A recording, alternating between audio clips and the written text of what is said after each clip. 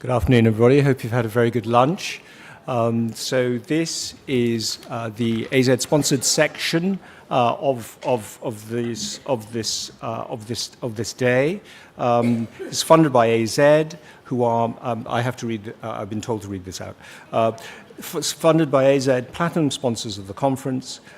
Discussion of medicines are prohibited. And I think you're going to show my disclosures, and then we'll come back to this slide, my disclosures, and then back to this slide. Thank you very much. Wonderful. Okay, so that's the business done with. So, ladies and gentlemen, we are blessed with stardust this lunchtime. Andrea, whom you've probably seen about the conference, a cholangiocarcinoma patient, has wonderfully agreed to speak to us about her experience and the implications for something we've touched upon more than once in this conference already, and that's access, fairness and access, and ability to get even the most basic treatment. And we're going to hear a first-hand account of that, and perhaps have a discussion about what on earth we can do about it, or what is the best thing to do about it, who we deal with in order to get a better deal for everybody. So, without further ado, Andrea, welcome. I'm going to shut up now and just start you off by saying, perhaps tell us a bit about your experience and what happened to you. Okay. Thank you. Thank you, and it's great to be here today from a patient's perspective.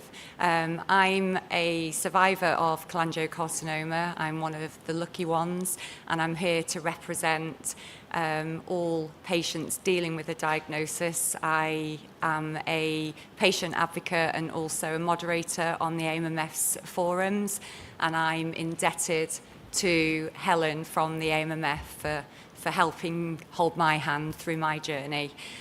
So I really am here to be a voice for so many people. My journey started in 2015. I've been a very fit and healthy person most of my life, and out of the blue started to get intermittent pains in my rib cage that increased with severity. So I literally spent 8 weeks toing and froing from doctors, local A&E, and was told it's muscle strain, indigestion, you look fit, healthy, can't be anything more. Obviously, the pains got worse, and it was, in the end, a locum doctor that took pity on me in an A&E environment that agreed to give me an ultrasound. And that's when everything changed. A simple ultrasound picked up a mass on my liver that was the size of a pineapple, and how I could have had that and not really realised apart from the pains. So I was literally admitted to hospital, had a week of CT scans, MRI scans, and then taken to a side room and basically told, we think it's cholangiocarcinoma, there's nothing that can be done, just go home, put your life in order, and say goodbye to your family, basically. I was 44 with 3 young children, 4, 13 and 15. So it just seemed crazy to have gone from being so fit and well to being told that. At no stage was I even given any offers of you can go elsewhere, pursue treatments, there might be things available. It was just a blanket, there isn't anything. So I literally spent the next few days, week with my husband, trawling the internet, thinking this just can't be right. I can't be about to not be here. It just did not feel it was real. So we eventually managed to get a second opinion at another NHS hospital, the Queen Elizabeth in Birmingham, and they said, actually, we think we can operate, we can do a liver resection, and I literally had that 3 weeks later. Over that period of 3 weeks, they did another scan, and my tumour had grown 3 centimetres across the diameter just in that time. So time really was of the essence at that stage. But obviously, following the treatment, I had to battle to get a chemotherapy, and in the end had to go privately for that, and met the wonderful Professor Valley, who held my hand for a few years after. But my point is, I very much pushed my own journey. If it had been left right then, if I'd just taken what I was told, not questioned, not tried to move things forward for myself, I wouldn't be here to tell you this story. I wouldn't be seeing my children grow up. And as a moderator on the forums, 9 years later, because it's 9 years right now for me, this story hasn't changed. The amount of patients on the forum that their biggest battle is getting through the doors at the start of their journey, getting to convince a GP that they are experiencing out-of-character pains, being listened to, and then in a localised hospital, just not being told about these other amazing centres of expertise that are actually available right now.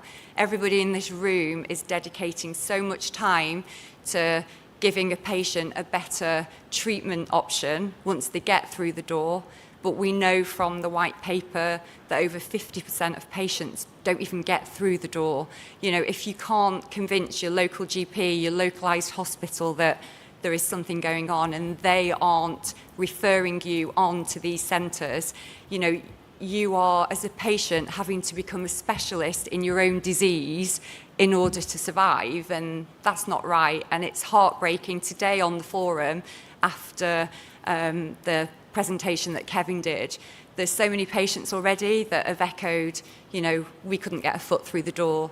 Your journey's similar to ours. It's real that's got to change. If it doesn't change, then, you know, we're going to be losing so many more patients when we don't have to, because if they could get to these specialist centres, it might not change their outcome, but it would give them a chance. And that's what every patient needs, is a chance at a fairer deal, faster. Helen's punchline, but it's so true. And, you know, we need the GPs and localised hospitals to be aware of your Rethink Liver Cancer campaign now. So my plea is, all of you people in this room, download the white paper if you haven't already, email it to any of your medical friends, any personal friends, get them to share it, print it off, take it to the local doctor's surgery, take it to A&E departments, because the people in those places right now need to know about all these other wonderful things that are going on. Thank you. Yeah, in a nutshell. Round of applause for that.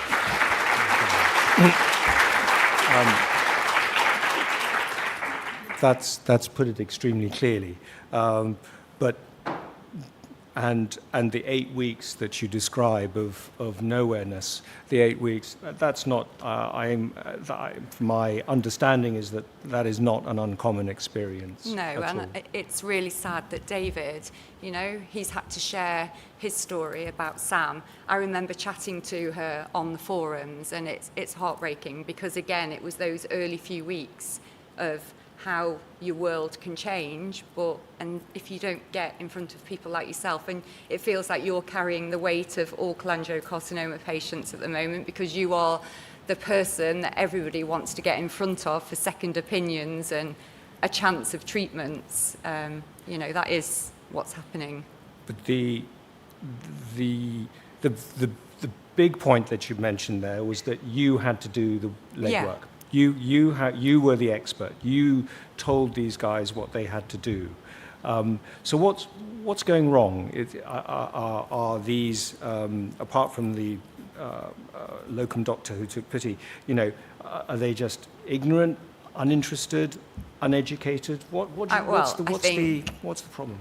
Obviously, you know, you want to trust your local doctors, but I think it's the knowledge at the top end is definitely not filtering down to the GP practices and the localised hospitals, and it's how now everybody needs evidence, facts and figures to confirm. You know, it's now a fact that over 50% of all future liver cancers are probably going to be attributed to this. So there is a real need now that people take more notice of it. And I just think, you know, as a patient, it's how can you suggest that we can shout louder than we are doing. I mean, some people are so ill to have to try and then take on tackling the system that makes it really difficult. If you put in bile duct cancer and cholangiocarcinoma on a Google search right now, you don't see the AMMF for a while. You only would see it, which is not the fault of the AMMF, but if your first look of a word being mentioned to you like bile duct cancer, what you see is not great. It doesn't tell you there are places you can go to. Even at that stage, you're still seeing a line that says it's over 65s that get it. It's, you know, an old person's disease. And it's only when you scroll down, you click into one of the NHS links, that then they have a link to the AMMF. But that's you trying to do it yourself. Before then, something should be handed to you as soon as it's suspected, details of the charity. Most people, once they get a foot in the door through the AMMF, then obviously access all the next stages, or at least have a shot of accessing it. But it's just that awareness. It's not easy to find details on it yourself. It's not. So your experience is incredible here. Is that going to be solved by a patient initiative or a doctor initiative? What's the way in?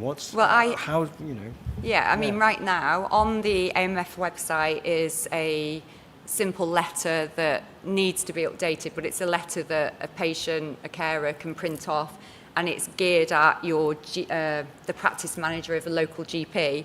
And if that, you know, I'm just thinking right now, if that got updated with some of the key facts of the white paper, you know, we could at least through the forum say to everybody right now today, all print it off. Everyone can take printing 1 or 2 letters off on their own computer. It's not, shouldn't have to, but if everybody did it at the same time and walked into their local doctor's surgery, whether they read it or not, you can't prove. But if people are doing that across the country, and it could be quite powerful. At least we are at that level that's our brick wall initially, handing new information, because as I mentioned to you yesterday, I actually was sat with somebody very senior dealing with liver cancer, and he did not know about the white paper, the recent visit to Parliament, and how much this cancer has increased. And from a patient side, that really shocked me as well. So it's not only top level people that still don't know,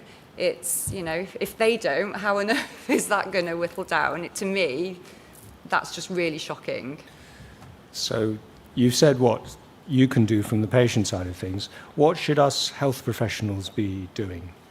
Sharing information, educating, getting into the people at the GP level and local hospitals, maybe taking the roadshow of this to them if they're not going to freely search the information. It's awareness, it's education, and I know that's all going to take time, but in that process, people like myself aren't even getting to access anything. And it is so frustrating when we know that there's all these new treatments that are potentially available, but then normally people are too sick to access them because they've wasted too much time getting to you. And, you know, so until you can change that, which I don't know what the magic wand waving that needs to be done, but everybody in this room has a duty to do their best in sharing the findings from the white paper and, you know, trying to educate everyone around them. It's just very difficult. You know, there's so much frustration on the forums. We appreciate all these huge steps, but it just comes back to all these people that don't have time, that 8 weeks probably would cost them the chance of a successful treatment or not. Okay, that's incredibly moving. So the healthcare professionals in the room have a duty. We'll do our best to live up to that. We've got a small amount of time. I can't remember whether we've actually have any Q&A time. No, I think there we probably was. ran if anybody did have anything. Anybody with any questions, please come up. But in the remaining few seconds, give us your not for me to talk, really. Give us your sum up, please. No, What do we need to do? Obviously, I'm fortunate. I'm not the norm. It's to have somebody sat here 9 years later is unique, and I know I'm very privileged to be in this position, which is why I want to help and raise awareness and get other people to understand how critical it is that cholangiocarcinoma is taken seriously. Helen and her team are doing everything they can, and we just need everyone else to play a part in that. It's time that cholangiocarcinoma patients get access to treatments that other liver cancer patients get to. I know liver cancer has a dismal survival rate overall, but when you know 90% of people get some form of treatment plan with HCC and less than 20% do with this cancer, but 50% more people are going to have this cancer, it's not fair. Put extremely well. Thank you very much indeed. Are there any questions for Andrea? Otherwise, I think. Escape. Well, thank you very much indeed. Thank you. For a wonderful talk.